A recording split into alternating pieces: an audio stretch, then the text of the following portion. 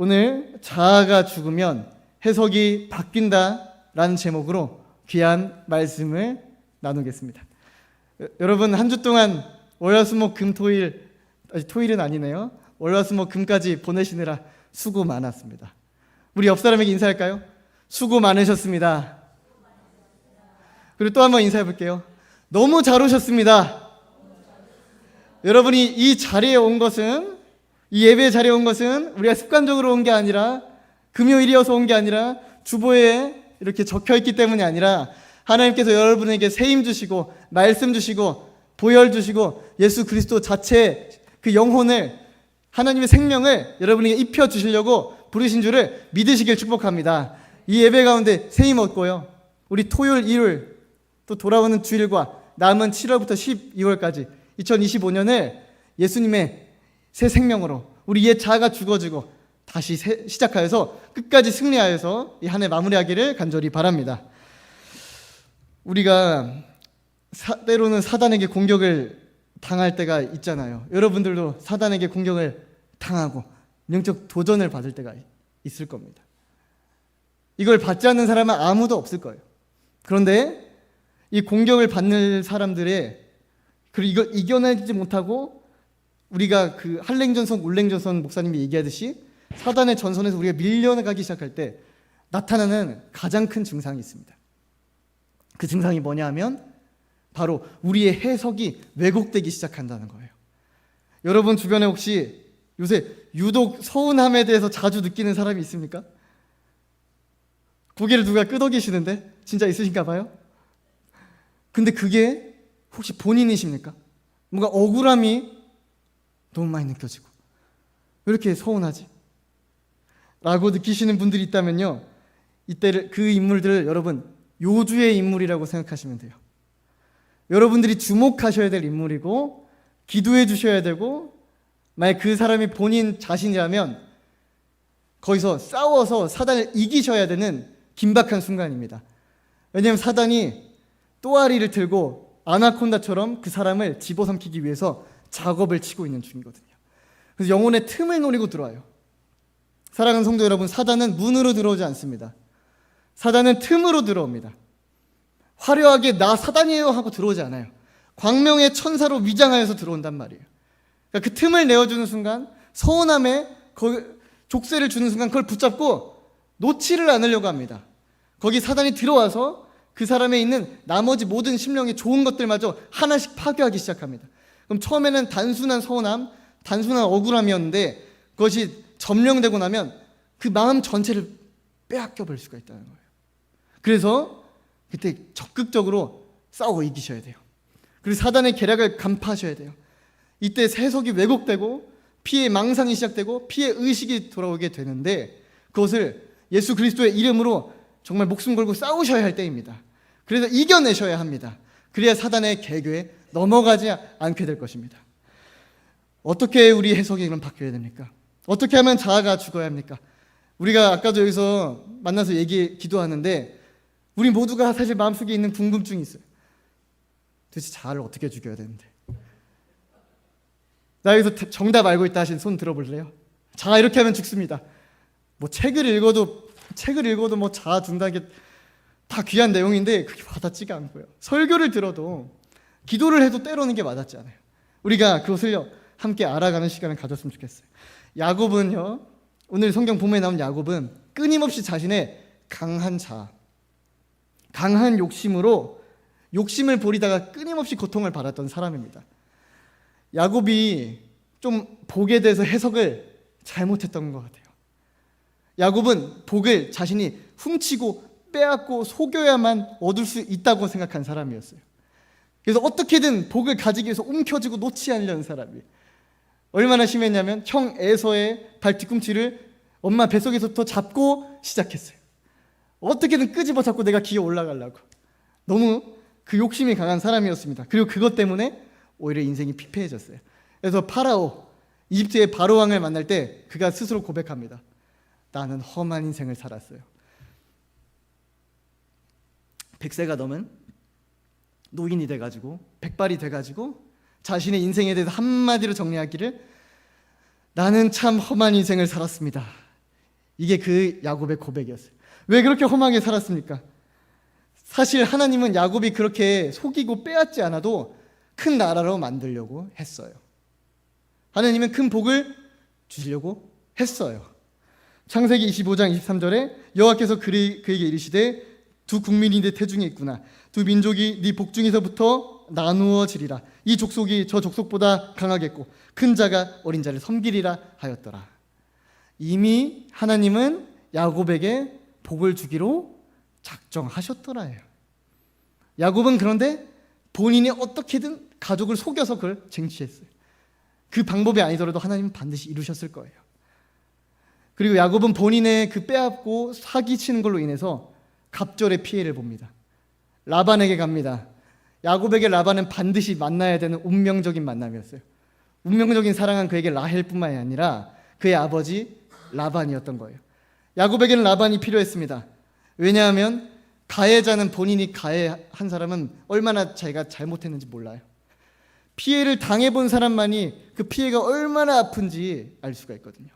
사기꾼들은 몰라요. 축사 사역할 때 보면 귀신들은 남을 괴롭힐 땐 재밌게 괴롭히지만 본인이 또 지옥 가긴 싫다 그래요. 살인자들 사형당할 때 당당하게 죽는 사형수들 있지만 자기가 또 죽는 건 무서워요. 자기가 형벌받는 건 무서워요. 그러니까 당해봐야 안다는 거예요. 야곱은 본인이 2배로 당했습니다. 7년을 일하기로 약속했다가 14년을 일하고요. 임금 체불, 이때 그 고용노동청에 신고를 했어야 됐는데 이때 임금이 10번이나 바뀌어요. 이 당시에는 그 국가적으로 보상하는 해법이 없었습니다. 불쌍하죠? 제가 편의점에서 알바를 하는데 시급 주는 방법이 10번이 바뀌었다고 생각해 보세요. 첫 달은 시간별로 시급을 주겠다. 다음 달 아이고 수지타산이 안 맞는다. 실적별로 주겠다. 다음 달 잠깐만 너무 좀 과하다. 이게 기준치보다 미달하면 시급 다 깎아버리겠다. 이러면 저는 사장님 고발해야 되거든요. 근데 우리 편의점 사장님 착한 분입니다. 크리스천이거든요. 안 그러십니다. 11조 매달 꼬박꼬박 내시는 그 교회에서 뭐 중직 뿌리 같은 분이시더라고요. 좋으신 분이에요. 야곱은 아무튼 이런 고통을 겪음으로써 무엇을 알 수 있었을까요? 바로 에서의 마음을 공감했을 겁니다. 자신이 사기를 당해보니까 이게 이렇게 뼈저리게 아픈 거구나. 이게 진짜 이게 분노가 나서 잠을 못 자는구나. 이게 생활이 안 되는구나. 억울하구나. 분통 터지는 일이구나라는 거를 본인이 속일 땐 몰라요. 왜냐하면 눈앞에 복에 눈이 멀어가지고 눈앞에 당장 이득에 눈이 멀어가지고 이걸 얻는 게 중요하지 남이 얼마나 아픈지는 눈곱만큼도 생각 안 해요. 지만 살아야 돼요.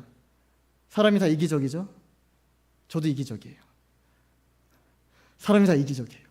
지만 생각해요. 근데 야곱은 그 순간을 통해서 이제 형 에서의 마음을 깊이 깨달았을 거예요. 내가 아버지를 속이고 형을 속인 게 이런 고통이었겠구나를 알았을 거예요.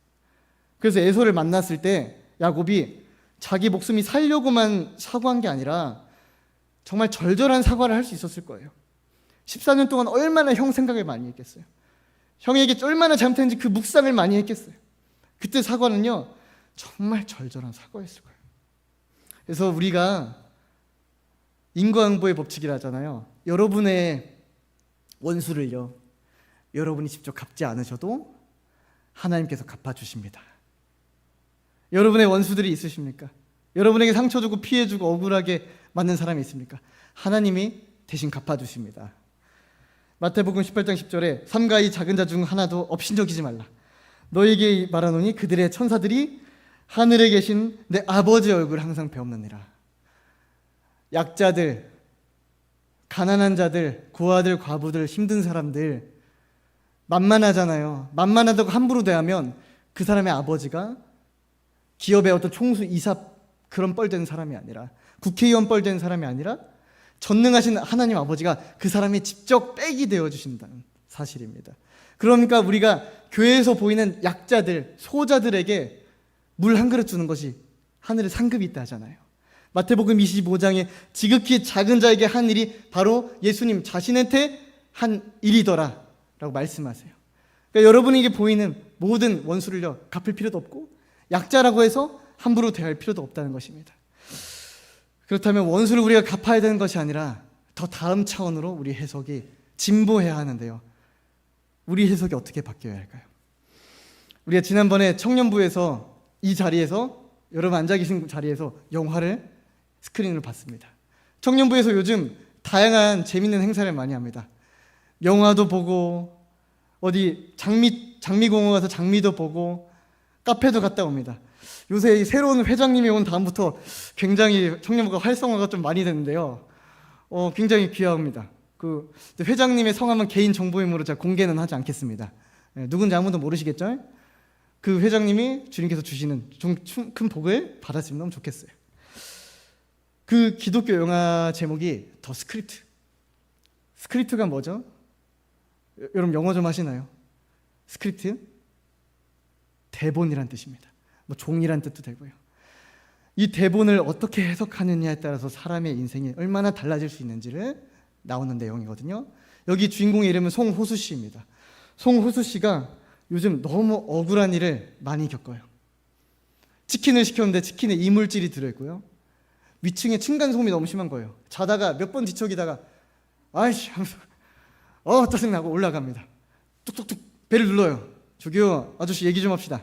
저기요 너무 시끄럽습니다. 아이 좀 조용하게 해주세요. 저희 집에 애 없는데요. 다음날 보니까 엘리베이터에 애랑 아빠가 타고 내려오고 있어요. 너무 억울하고 분통이 터져요. 다음날 본인의 직장 카페에 갑니다. 카페에 가서 열심히 바리스타 일을 하고 있는데 손님이 와요. 손님이 에스프레소를 달래요. 줬어요. 근데 얼음물을 같이 달라는 거예요. 얼음물은 돈 안 주고 사도 되거든요. 근데 얼음물을 주니까 에스프레소 거기 따르려고 하는 거예요. 그럼 뭐가 되죠? 아메리카노가 되죠? 그럼 가격이 한 1,000원 정도 올라야 되겠죠? 그러니까 손님은 그런 거 모르겠고 아유 저거 뭘 잘못했냐고, 지금 꼼수 부리지 말고 장사 똑바로 해, 내가 알아서 먹겠다는데 이렇게 나오는 거예요. 속이 뒤집어지는 거예요. 어떻게 할 수도 없고 내가 사장도 아니고. 근데 때마침 설상가상으로 대형 마트에 갔어요. 트레이더스 같은 대형 마트에 갔어요. 코스트코 같은 대형 창고 마트에 갔는데 본인의 전 여자친구가 갑자기 잠수를 타놓고서 새로운 남자랑 같이 거기 가고 있는 거예요. 그걸 보지도 못하고 뒤로 숨어버려요. 그리고 너무 분통이 터지는 거예요. 도대체 왜 이렇게 된 거지? 연락처를 알아가지고 이걸 어떻게 따줘야 되지? 얘를 죽여야 되나? 그동안 내가 준 돈 갚으라고 닥달해야 되나? 아니 뭐 어떻게 용서해야 되지? 용서가 안 되는 거예요. 너무 억울한 일이 많은 거예요. 그래서 전화해가지고 일단 한번 보자라고 하는 순간 갑자기 컷! 한 소리가 나더니 갑자기 주변에서 촬영 스태프들이 나옵니다.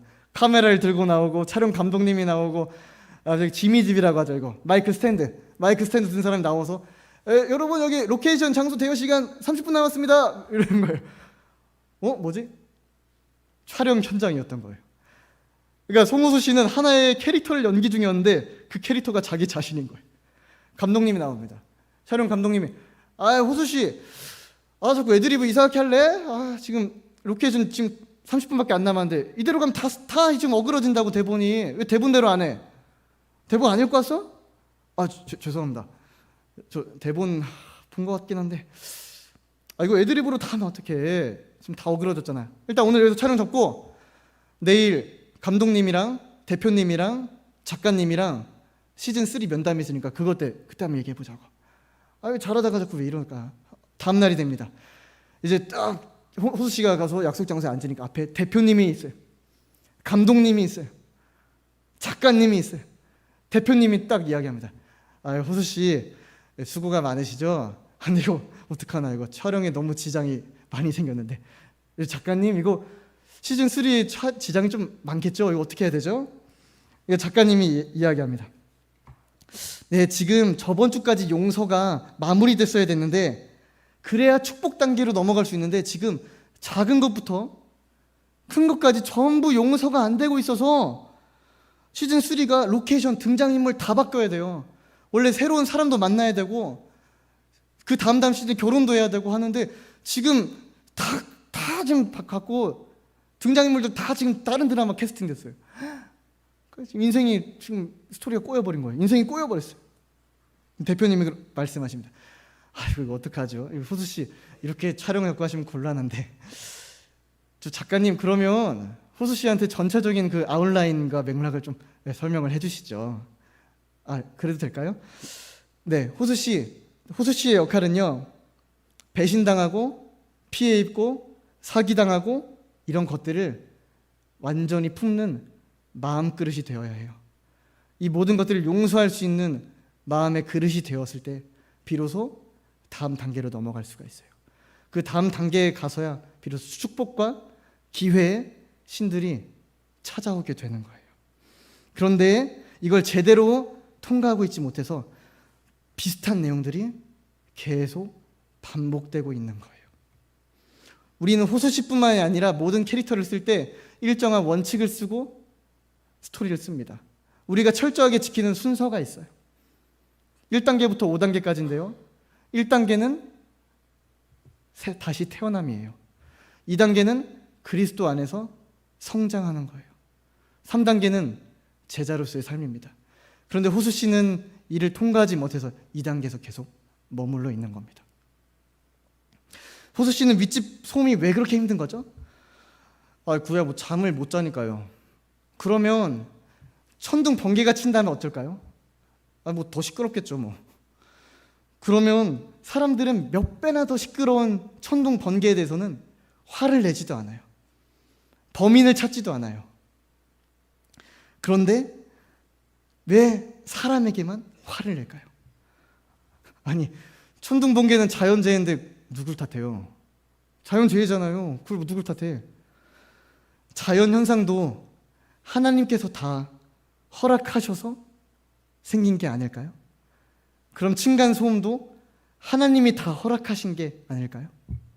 저는 호수씨가 현상의 원인만을 바라보기보다 한 발짝 뒤에서 전체를 바라봤으면 해요. 왜 소음이 나는지, 왜 음식에 머리카락이 들어갔는지, 왜 여자친구가 날 속였는지 그런 현상만 바라보면서 범인을 찾고 상대방의 잘못만을 억울해하지 말고 하나님께서 왜 나에게 이런 상황을 굳이 허락하셨을까를 고민하고 이것에 대해서 깨달을 때 비로소 대본에 대해서 충실하게 묵상하고 대본대로 살 수가 있을 거예요. 여러분, 대본이 뭐죠? 말씀이에요. 말씀을 읽는다고 되는 것이 아니라 깊이 있게 묵상해서 작가의 의도를 파악해야 해요. 우리 입장에서, 내 관점에서 상대를 해석하는 것이 아니라 하나님의 관점에서 우리 인생 전체 시나리오를 조망할 수 있을 때야 비로소 우리가 억울해하지 않고 피해에 대해서 보복하려 하지 않고 그것을 용서하거나 극복하거나 오히려 사랑하거나 우리가 변화함으로써 더 큰 믿음의 그릇이 될 수가 있습니다. 그래야 다음 단계로 진입할 수가 있는 거예요. 하나님의 관점에서 내 인생을 해석하는 것, 그 눈이 뜨이는 게 진짜 영안이 뜨이는 것입니다. 귀신을 보고 천사를 보는 것만이 영안이 뜨이는 게 아니라 하나님의 관점과 하나님의 시선으로 우리 앞에 있는 모든 문제들을 해석할 수 있는 해석력, 이것이 진정한 영안입니다. 여러분에게 이런 영안이 뜨이게 되시기를 축복합니다. 이 영안이 뜨이는 것이 해석이라 했죠. 신앙은 해석인 것입니다. 왜 중학교 때 이 사건을 겪었는데 비슷한 일을 지금 또 겪고 있지? 왜 사람들이랑 저 교회에서 갈등했던 것이 있었는데 왜 다음 교회에서 똑같은 일이 벌어지지? 분명 사람들은 다 바뀌었는데 왜 이 사건과 이 상황과 이 마음의 힘듦은 똑같이 반복되지? 하는 일들이 여러분에게 있으세요? 왜 이 일들이 반복될까? 그것이 여러분이 약점일 수가 있고요, 아킬레스건일 수가 있어요. 하나님께서 그것을 다루시고 해결하고 여러분이 여기에서 더 극복하여 큰 그릇이 되기를 원하시고 숙제로 주셨을 수 있다는 사실이에요. 복싱을 여러분 해보신 적이 있나요? 복싱 하면 스파링을 하잖아요. 상대방이랑 나랑 주먹으로 이렇게 스파링을 합니다. 이렇게 얼굴과 턱을 치기도 하고 배를 치기도 하고, 다리는 쓰지 않겠지만 이렇게 막 싸워요. 이게 굉장히 폭력적인 운동이잖아요, 복싱이. 근데 스파링 상대를 미워하나요? 연습 상대를 미워하나요? 전혀 그렇지가 않죠. 그 상대는 연습 대상이지 내 진짜 적이 아니에요. 사실 동료고 친구란 말이죠. 우리의 진짜 적은 어디 있습니까? 우리의 싸움은 혈과 육의 싸움이 아니라 그 뒤에 있는 악한 권세와 정사와 위정자들과의 싸우는 영적인 전쟁입니다. 우리 앞에 있는 그 여러분을 짜증나게 하는 가족, 직장 동료, 교회에 있는 교인들이 여러분의 진짜 적이 아니고요. 그들은 여러분의 동료예요. 동료고 친구예요. 진짜 적은 그들 뒤에 있는, 그들 속에 숨어 있는 악한 영이거든요. 그 사단과의 싸움에서 우리가 이기는 자가 진짜 영안이 뜨이는 자들입니다. 우리가 그 힘든 상황, 괴로운 상황에서 오히려 이런 질문을 던져볼 수 있으면 좋겠어요. 하나님, 이 상황 가운데 제가 무엇을 깨달았으면 좋겠습니까? 하나님, 저 사람 너무 짜증나거든요. 저 사람 너무 저 괴롭히거든요. 저 너무 힘들거든요. 근데 이 상황을 통해 제가 고쳐야 될 점이 있나요? 저에게 뭔가 변화하기를 바라는 게 있나요? 혹시 하나님, 내가 내 태도, 내 믿음, 내 기도하는 게 나아가는 방식을 순종해야 될 것들에 대해서 하지 않고 계속 몇십 년 동안 미뤄왔던 것들이 있나요? 우리는 내 모습을 보지 못하기 때문에 상대방에게 비춰지는 나의 모습만 볼 수 있어요. 상대방이란 거울을 통해 나의 단점과 허물을 인식하고 내가 했어야 됐었던 일, 순종했어야 됐던 일에 대해서 파악하게 됩니다. 그리고 비로소 성령의 인도하심을 따라 그걸 기도할 때, 처리하려 할 때, 순종하려 할 때 그 문제들이 해결되는 것입니다. 진짜 기도는요, 정말 우리가 기도를 함으로써 이 문제를 직접 풀어서 해결한 열쇠인 것이죠. 그렇게 되면 우리 해석이 바뀔 거예요. 저 사람 짜증나, 저 사람 싫어가 아니라 저 사람도 나 때문에 많이 힘들었겠구나. 나의 스파링 연습 상대가 되어주느라고 고생이 많으시겠구나. 하나님이 나를 변화시키기 위해서, 나를 성장시키기 위해서 보내주신 한 명의 천사일 수 있겠구나 라는 것입니다. 저번에 지난주 토요일날 우리 성령사역, 천사사역을 했습니다. 여기 참여하신 분들도 있는데요, 그때 담임 목사님께서 한 성도분을 기도해 주셨던 적이 있어요. 기도해 주실 때 그 장면이 너무 기억에 남아요. 안수기도를 해주시면서 하나님이 주시는 마음의 감동을 목사님께서 우리에게 알려주셨어요. 근데 그 내용이 그 당사자 기도받는 분 한 분뿐만이 아니라 우리 모두에게 해당된다는 걸 저는 생각하게 됐어요. 이게 저분뿐만이 아니구나, 나에게도 해주시는 말씀이구나. 그 하나님의 뜻은 이거였어요. 누구누구 권사야, 누구누구 집사, 누구 전도사, 권순호 전도사야, 너에게 그 고통이 있어야만 너가 그릇이 될 수가 있단다. 너에게 그 아픔과 상처와 기다림의 시간과 아픔과 찢어짐이 있어야 너가 내가 원하는 그릇이 될 수가 있단다 라는 사실이었어요. 그러면 우리는 해석이 바뀔 수가 있습니다. 이 고통이, 아픔이 악의적으로 온 게 아니었구나, 다 이유가 있었구나. 우연히 나를 괴롭히려고 온 게 아니라 내가 그냥 이거 겪고 아무짝에 쓸모없는 고통으로 그냥 버려지는 고통이 아니라 하나님께서 나에게 주신 버려지지 않는 고통이구나. 이것이 목적이 있었구나, 이유가 있었구나라는 것을 해결하게 깨닫게 됩니다. 이걸 깨닫게 되면요, 우리는요 더 이상 피해자가 아닙니다. 피해자가 아니라 하나님 손에서 연단되고 빚어지는 주인공이 된다는 걸 깨달을 수가 있을 거예요. 우리에게 주어진 모든 결핍, 부담, 아픔, 고통은 하나님의 자원이 됩니다. 이용규 선교사님이 인도네시아에 가서 대학교를 지으라는 하나님의 명령을 받았대요. 기독교 대학입니다. 건물을 짓기 시작하니까 50억 원이 들었어요. 사인을 하고 50억 원이 딱 착수됐어요. 이제 공사는 시작됐어요. 내년까지 50억 원을 다 갚아야 돼요. 그 빚을 가지고 너무 큰 부담을 안고 살았어요. 그러던 와중에 예수님을 믿는데 사업적으로 고민을 하고 아픔 있는 사람들이 와서 상담을 하는 거예요. 그 상담을 하다 보니까 그 사람들이 위로를 얻더래요. 나만 힘든 줄 알았는데, 내가 인생에서 세상에서 가장 힘든 줄 알았는데 나보다 더 큰 빚을 지고도 하나님 앞에서 웃으면서 믿음으로 살아가신 분이구나, 극복이 된다는 거예요. 그러면서 이 말씀을 하시더라고요. 우리에게 주어진 모든 부담, 고통, 아픔, 그 깨어짐의 모든 순간이 버려지는 시간이 아니라 하나님의 도구가 된다는 사실입니다. 하나님의 자원이 된다는 사실입니다. 사랑하는 성도 여러분, 지금 여러분에게 주어진 고통이 있습니까? 아픔이 있습니까? 그 고통의 시간을요, 낙심함으로 흘려보내지 마시고요, 하나님의 도구로서 활용하시는 저와 여러분 되시길 주님의 이름으로 축복합니다. 내가 더 훈련해야 될 것, 내가 더 회개해야 될 것, 내가 더 깨달아야 될 부분을 파악하는 자, 그런 사람은 지혜로운 자입니다. 성경에 지혜가 뭐라고 나와 있습니까? 잠언 16장에 여호와를 경외하는 것이 지혜의 근본이니라. 지혜가 다른 데 있는 게 아니에요. 하나님의 뜻을 인정하고 하나님의 섭리를 받아들이고 하나님의 계획을 우리가 수용함으로써 그 앞에 엎드리고 한 걸음씩 말도 안 되는 일에 조금씩 순종해 나갈 때 하나님의 섭리가 열리고 하나님의 계획이 열리고 기적이 열리는 것입니다.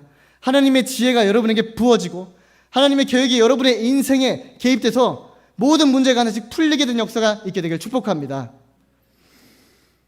하나님 그래서 우리를 방관하시는 게 아니더라고요. 너 알아서 잘해봐 하고 뒷짐 주고 알아서 해봐.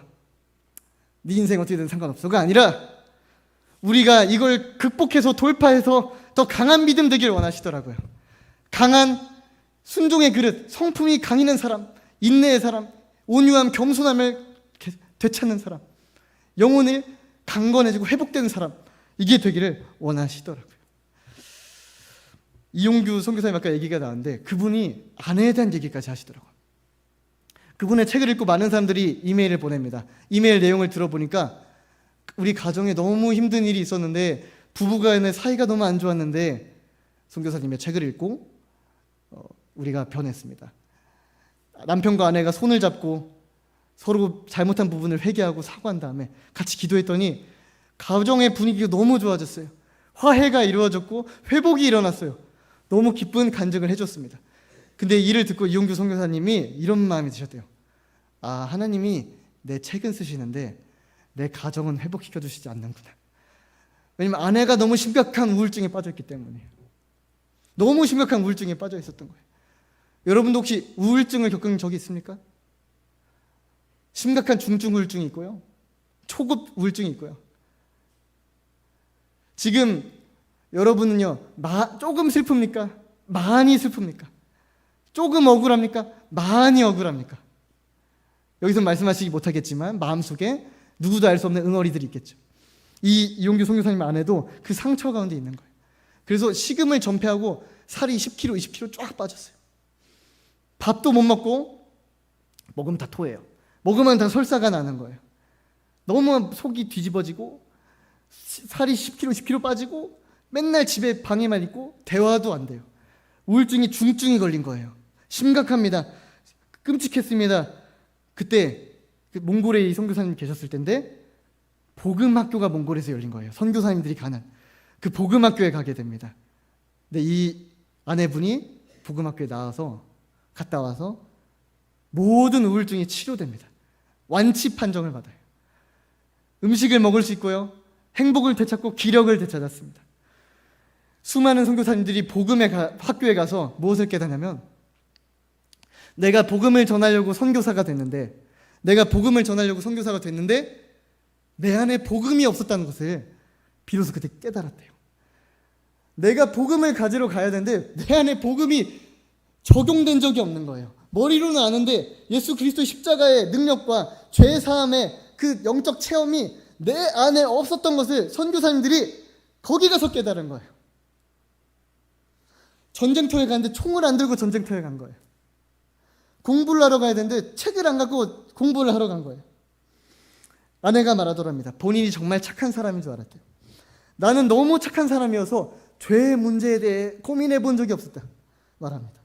예수님이 나를 위해 죽었다는 사실은 머리로 많이 들었지만, 설교로 들었지만 감격으로 임했던 적이 한 번도 없었던 거예요. 나는 죄가 없으니까 저 사람을 위해 죽어주신 거지 나는 관련이 없어. 저 사람을 위해 예수님은 죽을 수 있지만 나는 좀 착한 편이잖아. 뭐 죄는 사해 주셨겠지만 뭐 금방 사해 주셨겠지. 나는 착하니까. 어느 정도 착하냐면 부부싸움을 한 적이 없대요. 그리고 남편 따라 선교지 몽골에 따라갈 정도면 얼마나 착해요. 그렇죠? 정말 착하죠. 인간적으로 봤을 때는 진짜 착했던 거예요, 실제로. 그러다 보니까 본인이 죄인임을 깨닫는 게 너무 오래 걸렸어요. 그런 다음에 본인이 어쩔 수 없는 죄인임을 그곳에서 발견합니다. 그리고 그 죄의 결과가 우울증이었다는 것을 파악하게 됩니다. 우울증의 근원이 여러분 무엇인지 아세요? 우울증의 근원은요, 지독한 자기 연민이에요. 왜곡된 자기 사랑이에요. 자기에 대한 집착이에요. 죄성이에요. 나는 불쌍해. 나는 억울해. 난 피해자야. 착하니까 나만 만만하게, 나만 공격하지. 나만 다 참아줘야 되지. 내가 착하니까 함부로 대야지. 라는 그런 심각한 자기에 대한 연민이에요. 나는 누릴 자격이 있는데, 나도 하고 싶은 게 많은데, 나도 성질이 있는 사람인데 환경이 나를 힘들게 했고, 가족이 나를 억눌렀고, 친구들이 나를 억눌렀고, 직장에서 나는 억눌림 당했고, 나는 내 뜻을 펼칠 수가 없었어 라는 지독한 자기 연민에 휩싸여 있었던 거예요. 자기 연민은 중독성이 있습니다. 그래서 그것을 상기하고 씹고 또 씹어서 점점점 깊은 우울의 밑바닥까지 내려가야 돼요. 우울을 파고 먹다 보면 거기에 쾌락이 있거든요. 그 쾌락을 가지고 계속 밑바닥으로 내려가서 자기를 죽이는 거예요. 자기 연민의 근원에는 자기의 지독하고 왜곡된 자기에 대한 사랑, 자기에 대한 완악한 집착이 있습니다. 이 선교사님의 아내가 이 사실을 깨달은 다음에 예수님께 내어놓고 회개하니까, 내려놓으니까 우울증이 그 즉시 해결되었다고 합니다. 사랑하는 성도 여러분, 여러분에게 있는 문제의 근원이 무엇입니까? 교회 생활, 가정 생활에서 여러분 안에 충돌이 되는 것들, 우울했던 것들이 있죠. 서운했던 것들이 있죠. 가족에게, 교회인에게, 목사님에게, 때론 직장 동료에게 억울해했어요? 무엇이 그렇게 서운했어요? 제가 나 괴롭혔어. 제가 나 배신했어. 제가 나 힘들게 했어. 내 문제 근원 쟤야가 아니라 그 모든 문제는 내려놓지 못했고 순종하지 못했고 내 뜻대로 살아가려고 했던 완악한 나의 자아가 숨어 있었던 거예요. 우울증을 해결할 수 있는 방법은, 여러분 안에 자아의 문제가 해결될 수 있는 방법은 그 집착과 자기 사랑, 왜곡된 것을 모두 내려놓고 예수 그리스도께 맡겨드릴 때 있습니다. 예수님께 여러분의 자아의 상한 부분을 오늘 내려놓는 귀한 밤 되시기를 축복합니다. 서운함은 사단이 주는 미끼예요. 그 미끼를 붙잡는 사람은 갈고리에 물고기가 걸리듯이 사단이 낚아채짐을 당하는 것입니다. 나는 피해자가 아니고요, 나는 희생자가 아닙니다. 내가 피해자고 희생자라는 거짓 메시지를 예수님의 이름으로 깨트리시기를 축복합니다. 여러분이 희생자가 아니라, 저 사람이 용서받아야 될 사람이 아니라 가장 먼저 용서받아야 될 사람은 예수님을 부인하고 예수님을 배신하고 예수님을 끝없이 거역하려 했던 나라는 사실을 빠르게 깨달아야 돼요.